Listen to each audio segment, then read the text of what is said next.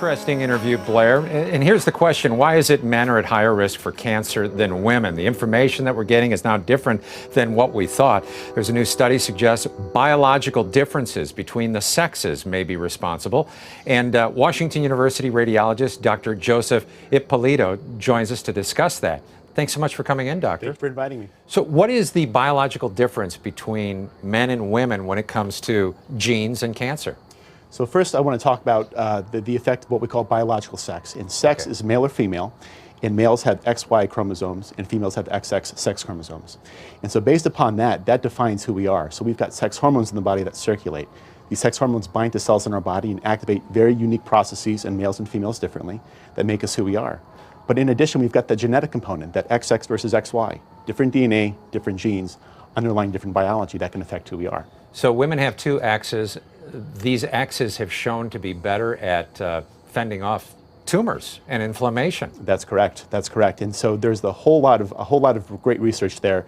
The presence of the XX sex chromosomes in comparison to XY define our immune system. Females have more robust immune systems. Is it possible that the female immune system is more robust in fighting off cancer, for example, that can result in improved outcomes? In the past, so much emphasis was put on the environment. Like, for example, men tended to smoke more. They worked in factories. They worked on cars. They got all kinds of chemicals on their hands. Exactly. And people say, well, that must be the reason men are getting cancer more. So that's an excellent point. This is something that comes up in all the cancer literature, but a recent study published by the NIH showed in a very large cohort, 300,000 people over the span of 16 years, 21 different cancers, they found that even when you accounted for all those extra risk factors like smoking and drinking and obesity, males still came out as having increased risk. And that means that biological sex is a very important driver in not only the risk, but maybe even the survival and outcomes of these patients with cancer. So what do you do with this information? So that's great. So what we're doing in the lab and also at the Siteman Cancer Center, we are starting to develop clinical trials based upon what we're doing in the laboratory.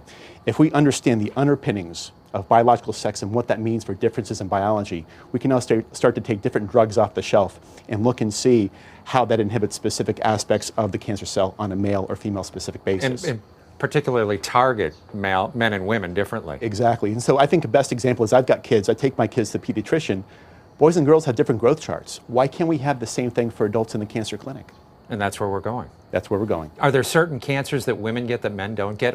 For example, I bring up breast cancer, which they found out is somehow related to prostate cancer. That's true. So there are different genes that may put us at risk. For the BRCA2 gene is something you might have heard about, that increased risk for breast and prostate. But when you look at the cancers that are common between both men and women, we're talking about gallbladder and thyroid that have an increased risk for women. Dr. Ippolito, thank you so much for joining us. Thank you very much. And some interesting information, and hopefully it'll help in the future to keep people alive. Very good. Like that. All right, we're going to check in with Tim Ezell. Tim, you could take all this scientific information and maybe teach those kids something today with it.